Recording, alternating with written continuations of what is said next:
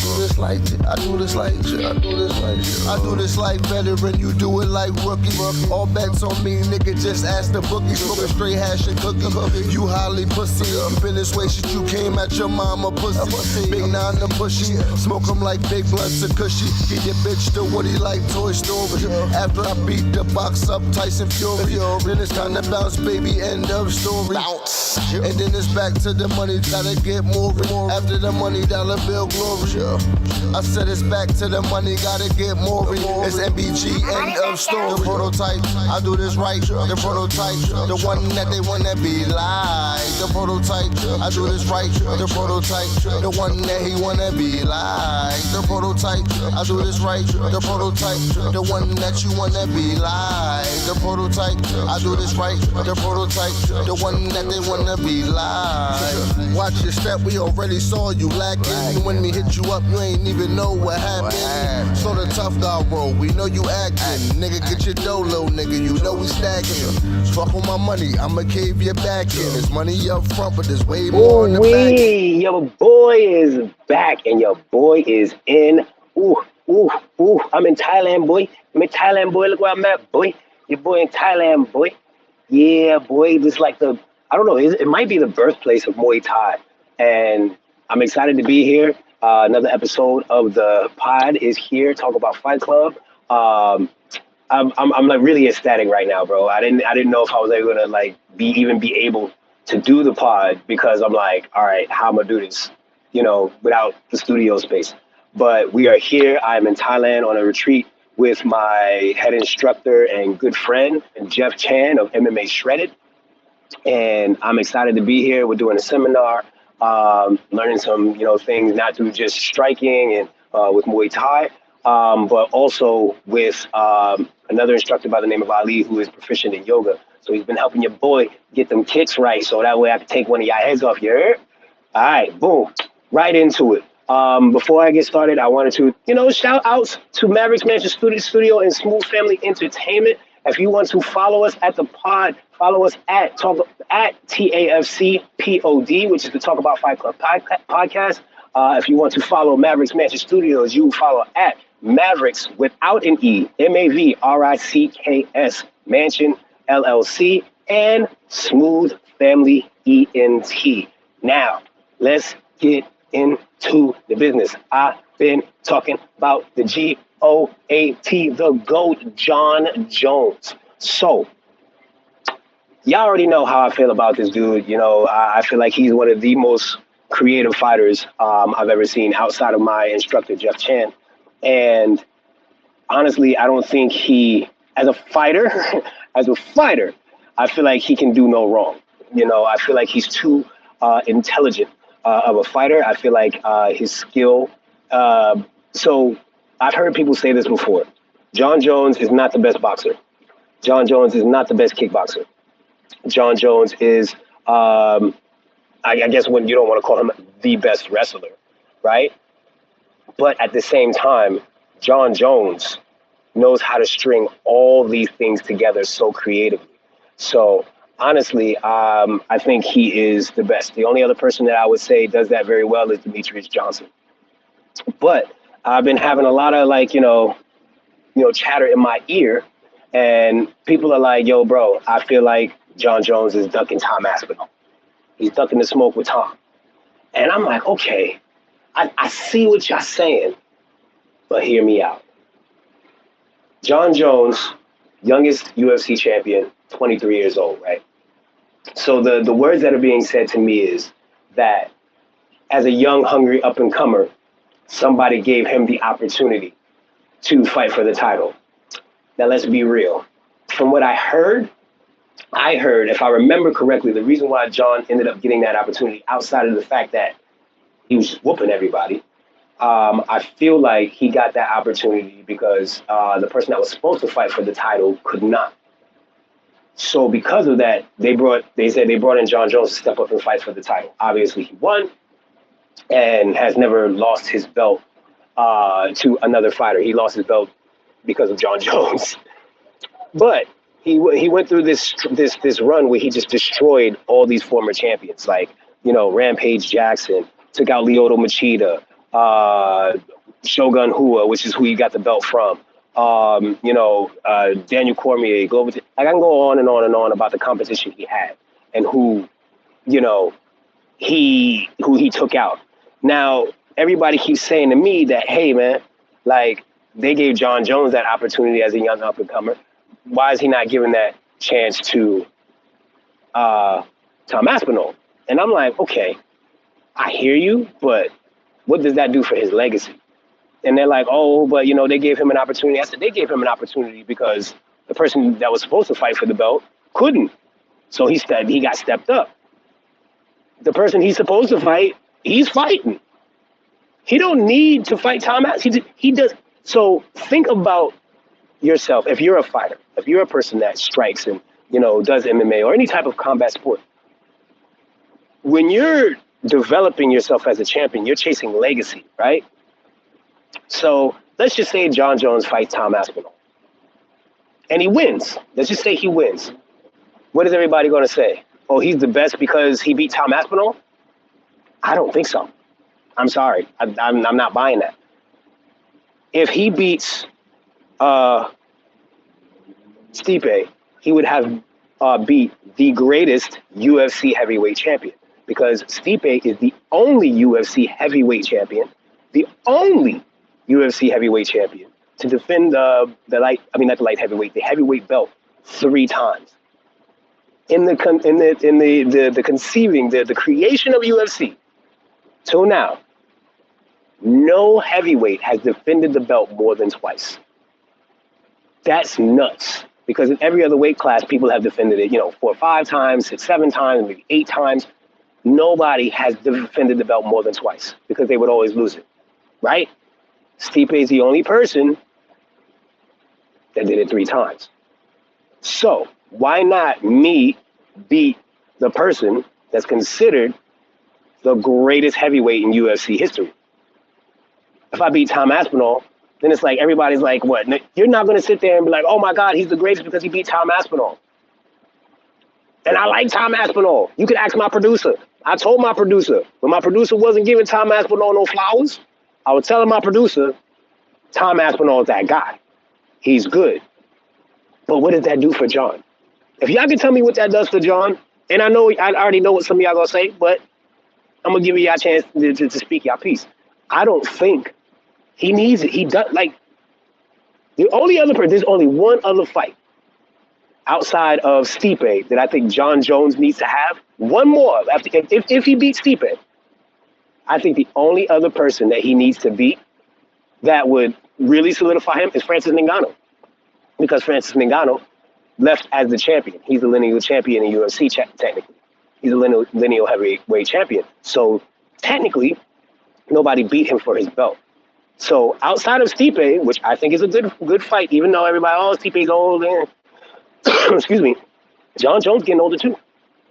So I honestly believe that Jon Jones needs to beat Stipe and then beat Francis Ngannou, maybe some type of super fight, and he's good to go. Now, as a fan or as a person that would want to see something to really solidify it, I would love Jon Jones to beat Stipe, defend the belt 4 times so he can legit be the greatest UFC heavyweight champion, beat Ngannou, and it could be a thing where he's like the greatest fighter ever.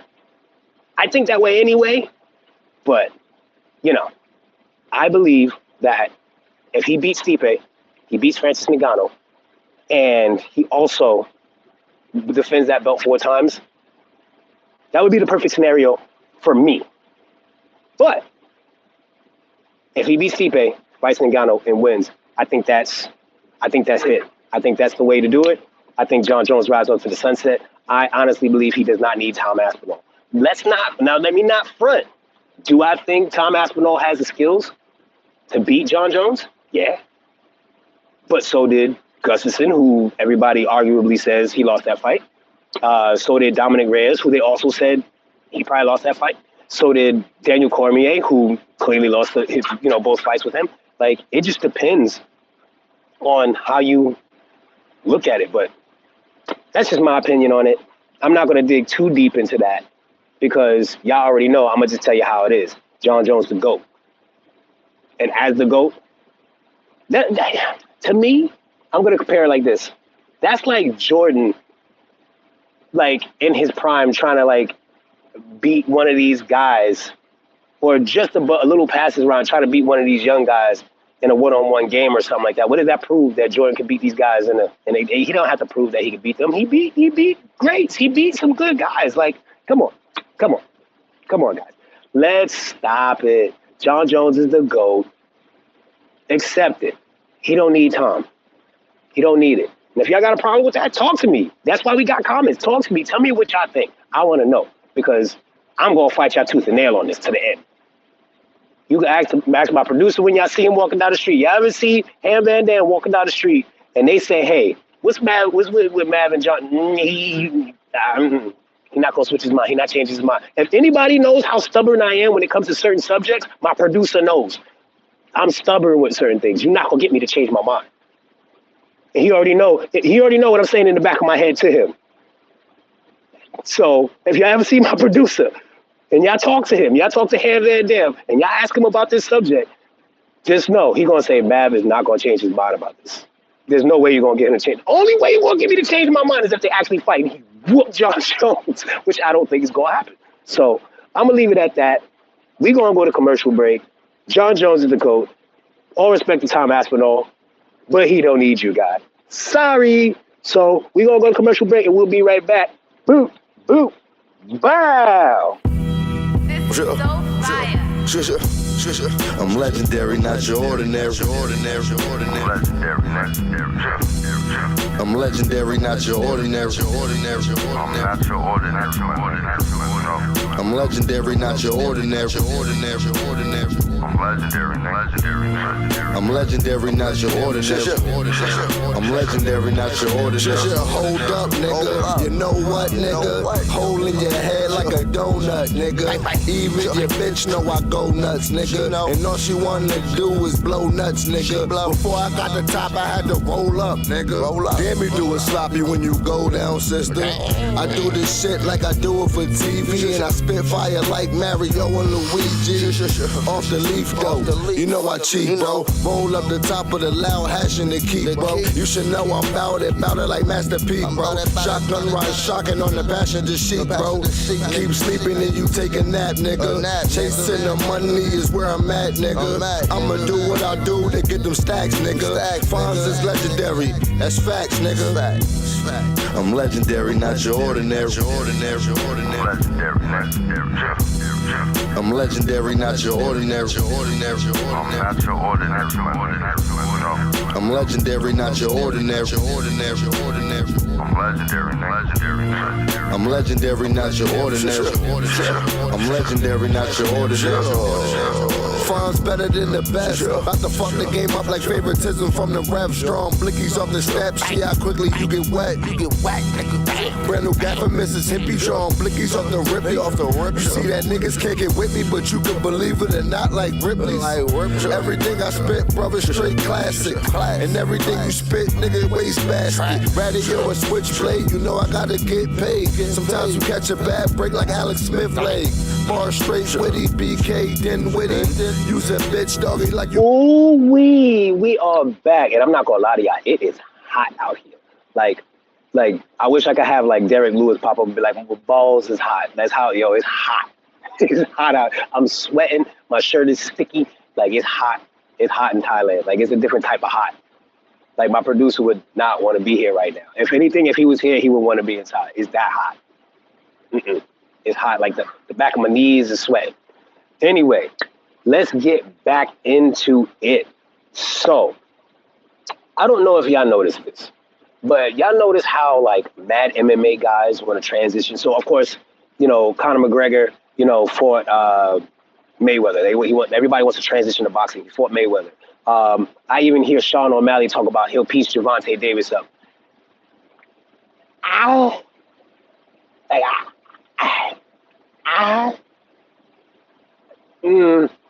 don't know about that. The thing is, I've watched the transition back and forth. There's not many. I feel like more MMA guys can easily transition over to boxing and their boxing skills can get better as time goes along because they don't have to worry about the other tools that people would throw at them. They don't have to worry about kicks and knees and elbows and takedowns and all that. You just have to worry about fists coming at you. The only thing is, boxing is a different type of skill. They use different angles. It's different footwork. It's a different type of movement. You know, it's different types of strikes. But I have yet to see a boxer transition to MMA successfully. I've only seen one, really. So that was James Toney. James Toney came into the UFC, and I was like, oh, okay, James Toney. But I'm like, did he learn how to wrestle and all that fast? And as soon as he got in there, first thing they did, gathered that boy legs up. Yeah. Bang. On his back. Yeah. Over. Those guys can't handle that takedown pressure, those kicks to the leg. A boxer, their legs ain't conditioned to get kicks. No, bro. It just don't really work for boxers the same way. Like, you know, I've heard Floyd Mayweather said he was going to try to do MMA at one point. Didn't believe it. Tyson Fury said he was going to do MMA. Don't believe it. Who else? There's a couple of guys. Like even Jake Paul said he wants to go over to MMA. Like, I don't know, bro. Now, the only person I think that can transition over into MMA and would do well is Bud Crawford. And the reason behind that is because Bud Crawford has a wrestling background. Like, he could wrestle. Legit wrestle. So I think he would be the only one that would transition over to the other side. But I feel like it's not the same for boxers compared to MMA guys. Like, for example, I remember when Conor McGregor and Floyd. So this is like another subject within the subject. A lot of people wouldn't call boxing a fight. Like, I remember when Conor McGregor said in an interview, they were like, so, you know, you're going to fight Floyd Mayweather. He was like, Floyd don't want to fight. He said, Floyd wants to box. But if he wants to fight, I'm going to kill him.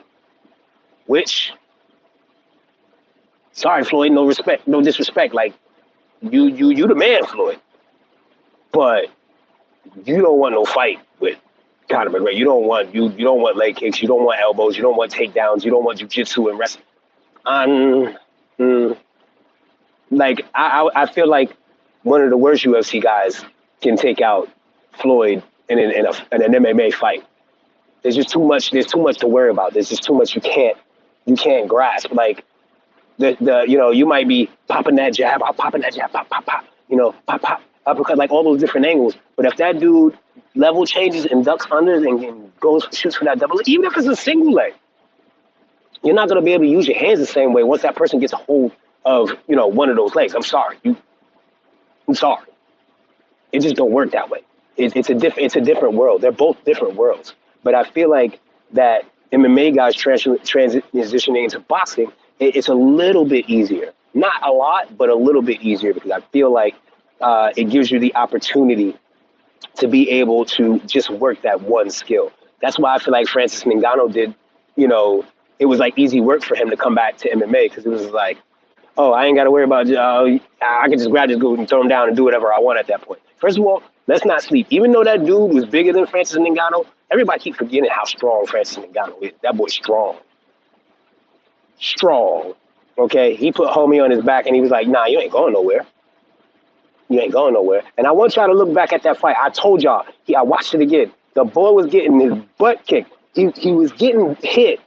He got put out and then woke back up from the punches and they got put out again. When I see a person get put out, woken up, and then put out again, that's like turning your computer off, turning it back on, and turning it off again. Like, it's just not good. I'm so sorry. Like, think about that. Imagine you going, what? Yeah, nah, you don't want that. But going back to my point, I'm sorry, I don't want to rant too much. But I feel like the transition is different. In my opinion, it is easier for MMA guys to transition to boxing because all you have to do is start to understand the angles of attack with that one art. You have to understand the footwork. Like, it's just, I have to worry about just that. I don't have to worry about my calf getting torn up from calf kicks. I don't have to worry about somebody shooting on me and grabbing me and taking me down and throwing me on the ground and ground and pounding elbows and hammer fists. Like, I don't have to worry about that. Whereas in boxers have to deal with so many other limbs. So, for example, with Muay Thai, they call that the art of 8 limbs, because it's your 2 fists, your 2 elbows, your two feet, and your 2 knees, right? I said this is knees, but you know what I mean when I did that. Like, there's 8 limbs that you have to deal with. So when I'm in a Muay Thai fight, I don't have to just worry about hands flying at me. Someone could throw a punch and you can parry it, and I could just come over the top and elbow you. You know what I mean? That's something different to worry about, you know? Or, you know, I could do a spinning back elbow. They don't do spinning back fists and spinning elbows. Shout out to Marion Shada with the double bullet spinning back fist, you know, from the last UFC event. These are not things you have to worry about. So when you transition over, like, it's a different type of science, you know, on both ends. But I feel like, honestly, within myself, there's an easier transition for MMA guys. Now, let's not front. They ain't been doing that great. You know, like, Conor McGregor lost to Floyd Mayweather. It seemed like he was winning a little bit. But I think Floyd was just biding his time and just realized, okay, yeah, this dude's gassed out. I'm going to beat him up, you know, and stop him. Francis Ngannou did a great job against Tyson Fury, apparently. I think the reason why he did so great, not to say not to take away from what he did, but I feel like the reason why he did a good job is because I don't think Tyson Fury took him serious.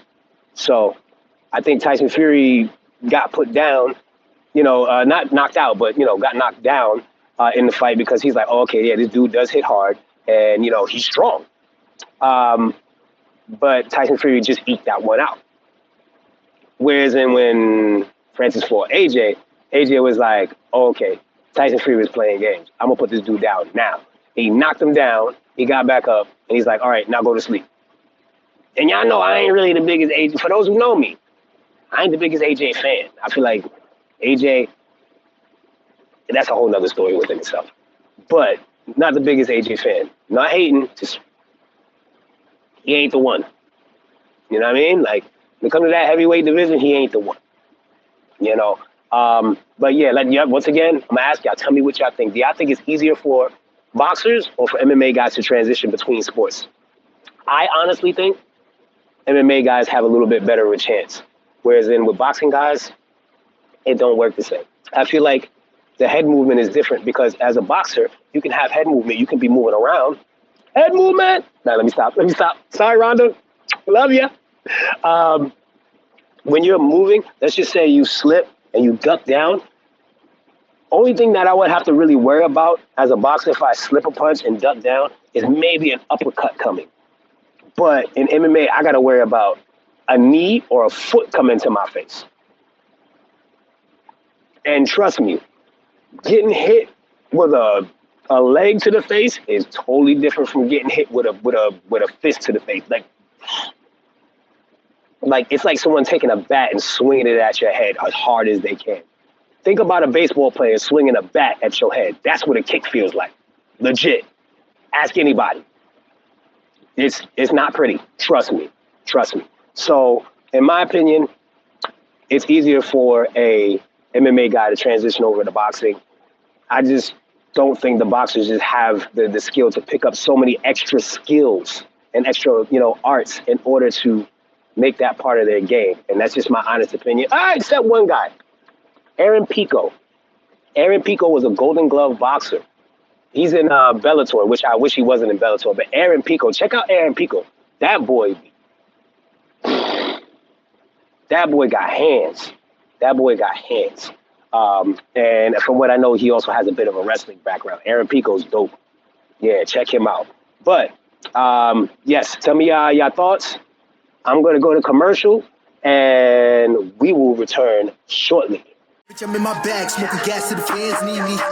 Marcialago man, smoking on that hood gelato man. I done the mess, a good following. Don't play with me, I got a solid plan.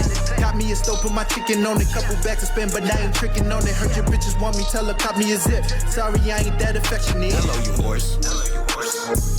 You finished your work, you did all your chores. When Mavrick is calling, you better report. You do what you told, you'll get a reward. Take a bullet, this spliff, my brain go distort. Don't fuck with the gang, you better abort. Or we'll throw the hands and settle the score. No Fronto on papes, I'm off to the store. I smoke me a spliff and then smoke some more. It's Mavrick, you already know he gon' bring havoc.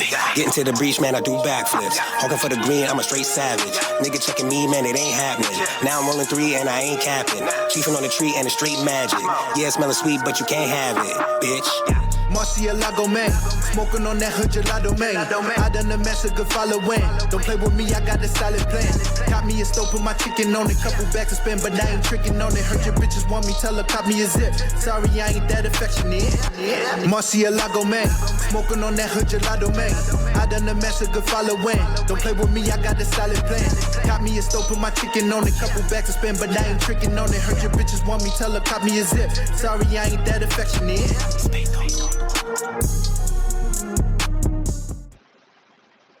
So we back. Y'all not gonna believe this. So I'm inside now because I was just outside and obviously it's hot. And I was already recording this last segment and my phone was like, nah, it's hot. I'm cutting off. So it cut completely off in the middle of me filming. So I had to come inside. So that way I can bring y'all this info. But I'm not gonna lie. It's mad hot outside. It's mad hot. This Thailand heat different. Like think about New York City, humid, sticky, nasty summer. It's like that. You ain't gonna like it. Anyway, I was talking about, and I'm gonna power through this, guys, because I don't want the phone to cut off on me again. We were talking about the PFL and Bellator organizations under the same banner. And it looks so weird to me. I just don't like it. I don't like, my thing is watching Bellator versus PFL, that's cool. But, you know, watching PFL, they fight, then I watch Bellator and they fight, and then they come out with different gloves. So they'll come out with PFL gloves and the PFL fighters will fight, and then the Bellator guys come out with the Bellator gloves and then they'll fight, and then somebody will fight for the PFL title under PFL, and then the Bellator champions come out and defend their championship. And I'm like, I'm not gonna lie, I don't like this. This is not, it's too much going on. Like, I'm not enjoying this the way I thought. You know, I thought it was still like the whole PFL versus Bellator, you know, versus each other. Like, UFC and one championship are my favorite title, all of them. And I would want to see the UFC guys versus the one guys. But I would never want to see just the UFC fight. And then right after that, just the one fight back to back. I'm like, it's a little confusing, in my opinion. That shit is weird. Like, I just don't feel right watching that. Because then it's like, who am I really watching? What am I excited about? Because now I'm like, all right, who am I rooting for? Like, I don't, yeah, it's just weird. I feel like, and this goes back to, you know, a couple episodes where I said, I feel like when Dana White says he don't need these other guys, I feel like they're doing this so they don't go under. Like, they're trying to save their organization. And it just looks so bad to me when you see these organizations trying to merge and do all these things together because they can't survive on their own. Now, right now, one championship is doing their thing, but I've said this before, and I heard this through the grapevine, that I think they're losing a lot of money. it makes it seem like they got a lot of money, but I think they're losing a lot of money, bro. Same thing with the rest of these guys. Now, Don Davis, the owner of PFL, will make it seem like they're spending so much more money than UFC, and they're doing so much better. But they make it seem like each other is doing terrible. There's so much politics that goes on in this. It's crazy, you know. And for me, I'm like, who cares? Just bring us good fights. You know what I mean? So yeah, I don't like the merger. Like when they did the whole PFL versus Bellator, that was cool. Like, then there should be like a PFL Bellator belt. Like, maybe have one of it, like, all the Bellator guys fight, they get their belts. All the PFL guys fight on different, like, cards. You got the Bellator fights, you got the PFL fights. They all fight, they figure out who the champion is. Once you have your champions, then we have an event where we bring them together and we have, like, the PFL Bellator tournament. But to have them back to back in the same card, I don't know how I feel about that at all. I think it looks cheesy. I feel like it doesn't make it, to a degree. I feel like the Bellator banner looks a little bit more corny because they're under PFL, so it makes PFL look a little bit better because now we own you guys. But it's still like, it just don't look good. And I think this is why, you know, UFC was like, nah, they suck. Like 50 Cent said about Nick Cannon, you suck, bro. You suck. So I'm not feeling it. I feel like, yeah, UFC is doing what they're supposed to do. Of course, we want them to make more money, the fighters. But I think like UFC has got it down pat as far as presenting their package. Whereas I feel like PFL and Bellator, they're like trying to pull everything out the hat and it's not working for them the way it was. So as I always say, guys, leave your comments. Let me know what you think. I want to thank our producers at Smooth Family Entertainment, and at Mavrick Mansion Studios. Once again, follow us at the pod, at TAFC POD, Mavrick's Mansion LLC, MAVRICKS, MANSION LLC, and at Smooth Family ENT. All right, guys, thank you again for joining me in Thailand. I'm going to be extra and show you, like, it's raining. It's raining. And now I got to go train. I got to go walk in that rain to go train. So, guys, thank you so much. Boom, boom, boom, and I'ma holla at y'all later. Bitch, I'm in my bag, smoking gas to the fans need me. Marcialago man, smoking on that hood gelato man. I done the mess, a good following. Don't play with me, I got a solid plan. Got me a stove, put my chicken on it. Couple bags to spend, but I ain't tricking on it. Heard your bitches want me, tell her, cop me a zip. Sorry, I ain't that affectionate. Hello, you horse. You finished your work, you did all your chores.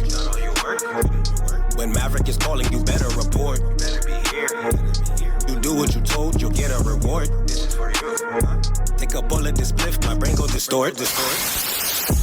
Don't fuck with the gang, you better abort. Or we'll throw the hands and settle the score. No Fronto on papes, I'm off to the store. I smoke me a spliff and then smoke some more. It's Mavrick, you already know he gon' bring havoc. Getting to the breach, man, I do backflips. Hawking for the green, I'm a straight savage. Nigga checking me, man, it ain't happening. Now I'm rolling 3 and I ain't capping. Chiefing on the tree and it's straight magic. Yeah, it smelling sweet, but you can't have it, bitch. Marcialago man, smoking on that hood gelato man. I done the mess, a good following. Don't play with me, I got a solid plan.